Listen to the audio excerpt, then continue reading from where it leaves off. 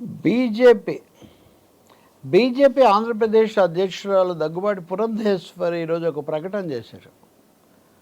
ఇప్పుడు రాబోయేటటువంటి ఎన్నికల కోసం ఎన్డీఏలో భాగస్వామ్య పక్షాలుగా ఉన్న, అంటే రాష్ట్రంలో భాగస్వామ్య పక్షాలుగా ఉన్న తెలుగుదేశం, జనసేనతో కలిసి ప్రణాళిక విడుదల చేయాలి అని మొదట భావించాము.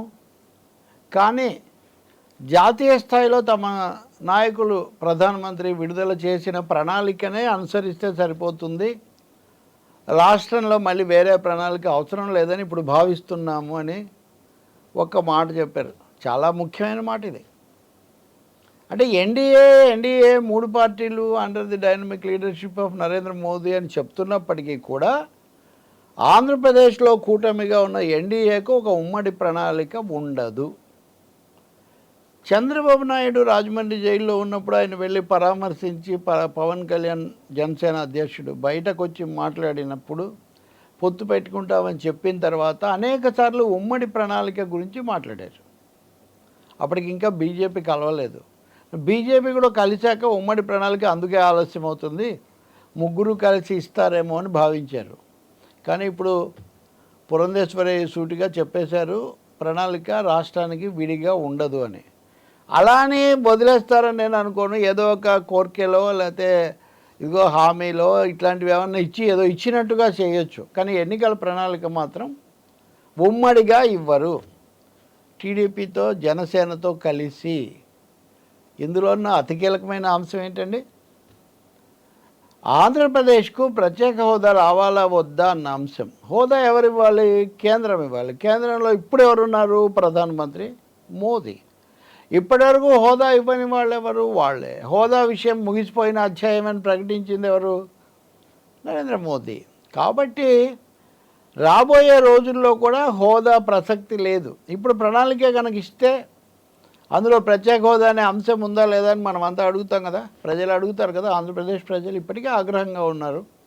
అలాగే పోలవరం పూర్తయిందా లేదా, విశాఖ ఉక్కు ప్రైవేటీకరణ ఆపుతారా లేదా, వెనకబడిన ప్రాంతాల అభివృద్ధి మాట ఏంటి, అమరావతికి నిధులు ఇస్తారా లేదా, ఇట్లాంటివన్నీ అడుగుతారు. ఈ అడిగే వాళ్లకు వాళ్ళేమి ఇవ్వరు, వాళ్ళేమి ఇవ్వదలుచుకోలేదు. కాబట్టి ప్రణాళిక ఇస్తే ఇది సమస్య కదా.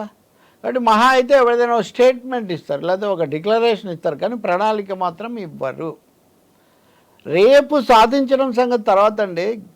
ప్రభుత్వాలు ఎన్నికల తీర్పులే ప్రభుత్వాలు ఏర్పడ్డాక కనీసం ప్రారంభ దశలో కూడా ప్రజలకు ఒక హామీ ఇవ్వడానికి కూడా వీళ్ళు సిద్ధంగా లేరు.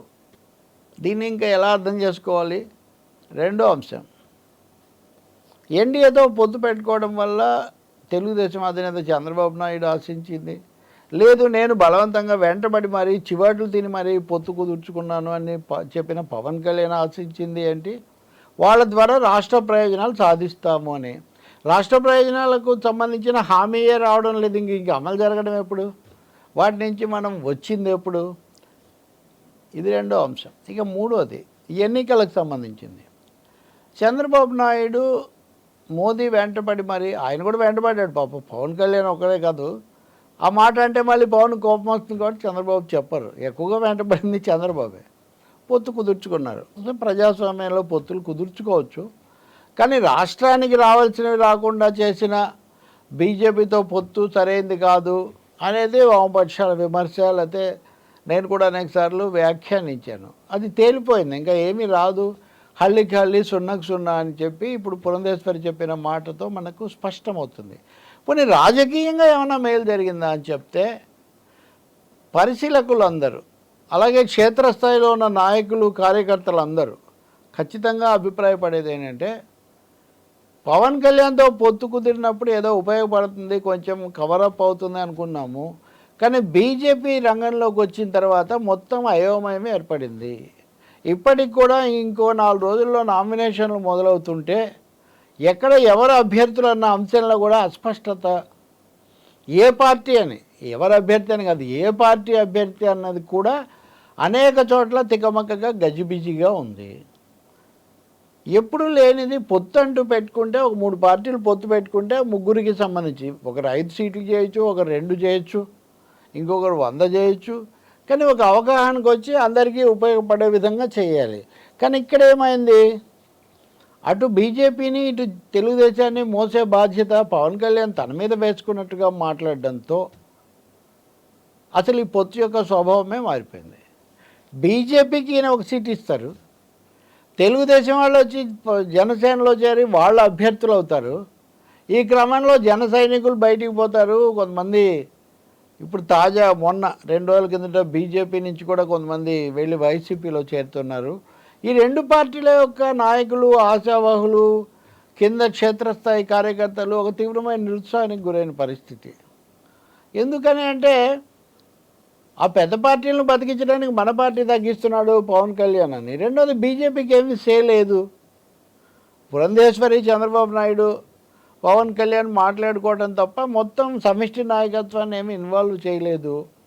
అలానే పురంధేశ్వరి ఏమన్నా చొరవ తీసుకొని ఏమన్నా చేద్దామంటే మోడీకి ఇష్టం లేదు. మోడీ ఆశీస్సులు జగన్తోనే ఉన్నాయి. ఎంత వైరుధ్యాల మయంగా ఉందో చూడండి ఈ వ్యవహారం అంతా. సో దీని అంతటి సారాంశం ఏమంటే ఒక గజిబిజి తికమక వాతావరణం ఏర్పడింది. ఇప్పటికి కూడా ఇప్పుడు ఉదాహరణకు నిన్న ఈరోజు కూడా అనేక ప్రచార సభలు రద్దవుతున్నాయి. ఇంకా ఉన్న కొద్ది రోజుల్లో మోదీ మహా అయితే 1-2 సభల కంటే ఎక్కువగా రారు అన్న అభిప్రాయం కూడా ఏర్పడింది. వస్తే కూడా ఏం చెప్తారు అన్న సందేహాలు కూడా. మొన్న జగన్ మీద దాడి జరిగితే చంద్రబాబు కన్నా ముందే మోడీ ఖండించడంతో ఆయన కూడా ఖండించాల్సి వచ్చింది. కాబట్టి ఇక్కడ మోదీ ఒక ద్వంద్వ నీతి అనుసరిస్తున్నారు. అటు లాంఛనంగా టీడీపీతో పొత్తు పెట్టుకున్నప్పటికీ నాకు వైసీపీ కూడా ముఖ్యమే, జగన్ను నేను దూరం చేసుకోనన్న మెసేజ్ ఏమో ఆయన ఇస్తున్నాడు.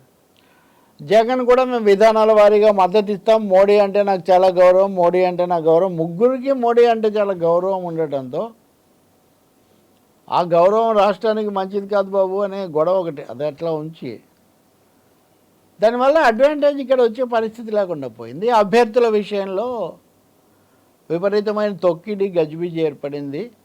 ఇది బీజేపీ అంటే కొన్ని సీట్లే అని అనుకుంటే జనసేన సీట్లు బాగా తగ్గించుకోవాల్సి వచ్చింది. ఎక్కడైనా ఇలా జరిగిందా? పొత్తు అంటే 3 పార్టీలకు మేలు జరగాలి, కానీ 2 పార్టీలు కూడా కలిసి ఆ ఒక పార్టీకి ఎక్కువగా వాళ్ళను భరించడం, వాళ్ళు చెప్పింది వినడం జరిగితే ఎట్లా అనే ఒక ప్రశ్న ఉత్పన్నమైంది. ఈ విధంగా ఎన్డీఏ అనేది రాజకీయంగాను రాష్ట్ర కోణంలోనూ కూడా ఒక అతకని వ్యవహారంగా, అదేవిధంగా ఒక తీవ్రమైనటువంటి ఆశాభంగం, వాళ్లకు ఆశావహులకు ఆశాభంగము, సామాన్య ప్రజలకు ఆగ్రహం, అలాగే లౌకికవాదులు, వామపక్షాలు, లేకపోతే రాష్ట్రం యొక్క ప్రత్యేక హోదా లాంటివి కోరే రాష్ట్ర శ్రేయోభిలాషులు, వాళ్ళందరికీ చాలా ఆగ్రహం కలిగించేదిగా మారింది. ఇన్ని రకాలైనటువంటి సవాళ్ళు, సంక్లిష్టతలు, ప్రతికూలతలు ఒక కూటమిలో ఎన్నికల ముందు, నామినేషన్ల ముందే రావడం చాలా అరుదు. రేపు నామినేషన్లు వేసేటప్పుడు ఎంతమంది ఇప్పటివరకు వీళ్ళు తీసుకున్న నిర్ణయాలకు కట్టుబడి ఉంటారు, ఏ మేరకు ఇది ఒక అర్థవంతమైన, నిజంగా ఆచరణాత్మకమైన రాజకీయ కలయికగా పనిచేస్తుందన్న దాని మీద తీవ్ర సందేహాలు కలుగుతున్నాయి. ఇంకా మేము ప్రణాళిక విడిగా ప్రకటిస్తాము అంటే ఉమ్మడి అంశంతో మాకు సంబంధం లేదు అన్నట్టుగా పురంధేశ్వరి చేసిన ప్రకటన ఈ అభిప్రాయాన్ని, అయోమయాన్ని ఇంకా పెంచుతోంది.